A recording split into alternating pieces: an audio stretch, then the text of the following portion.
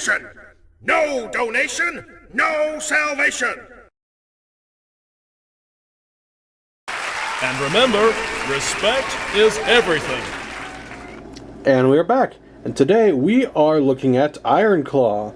So yes, he is the third and final of the makeshift mold, I guess, recolors. His little antenna is not pointing the right way. There we go. But yes, here is Iron Claw in his car mode. Now, he's actually, so the original toy, believe it or not, which I do have, was a little mini con. And the car mode was originally a 1970 Plymouth Barracuda. I decided to model this one after a 71 Barracuda, but I modeled it after the one from the movie Phantasm because I really liked that car from that movie.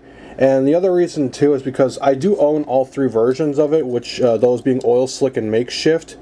But for the sake of variety, the only one that actually is the original car mode of the original figure is makeshift, since he was the first one I built, which I won't lie, he probably needs an update, because yeah, I could do way better than this. But for some reason, his review got a lot of views, so I mean, I'm not joking, like the amount of views that video got is insane over the years. But hey, I guess people just like purple.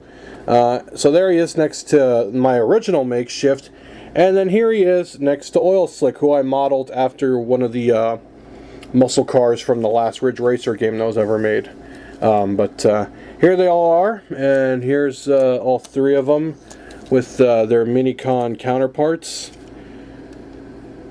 So there's that. But anyway, I just wanted to show that off because it's just something I'm kind of proud of. But yeah, as you can see, none of them are the same car because I did that on purpose for variety's sake. Because if you are new here, a lot of my Transformers are either based on video game or movie cars. Again, mostly for the sake of variety. But yeah, here he is in his 1971 Plymouth Barracuda mode. The only part I couldn't add was the gills on the side, like the original car had. Again, I'll have a bunch of pictures of the movie car on screen. But yeah, this is based on the car from that movie, which was pretty custom because it had wider like wheel arches in the back, which I tried to replicate here with this little, I guess, system I got going on. It also had an interesting little pinstripe on the side of the car and a custom sunroof, which I tried to replicate here with these clear tile pieces. But anyway, that's all I can really say on the car that it's based on. So yeah, this would have been uploaded sooner, but unfortunately, I had no wheels for this build. I'm not joking. I actually had to go out and buy a new set just to get some wheels for this figure. Like, he was literally done. He just had no wheels. He was just sitting on blocks, quite literally. And while I was out shopping, I also got this really nice Lego set of a burger delivery truck thing, which you can actually remove the burger from it as well, so that's kind of cool. I normally never buy Lego sets for the actual Lego set, but this one was too cool. If you do see this, I would pick it up, because I got mine on sale. And here's the actual box for that, if you're interested in that. For the burger truck. There's the set number and all that. But anyway, now that we're done wasting time with all that, let's just get to the transformation. Okay, I hope I got the correct transition this time, because I remember when I did the mini version, which was like a little experimental build, which I did take apart to build this one, so I sadly no longer have it. I remember I gave him the Decepticon transition when he is, in fact, an Autobot, which I always thought was funny how both these two are Autobots, but this is a more Autobot-style color scheme.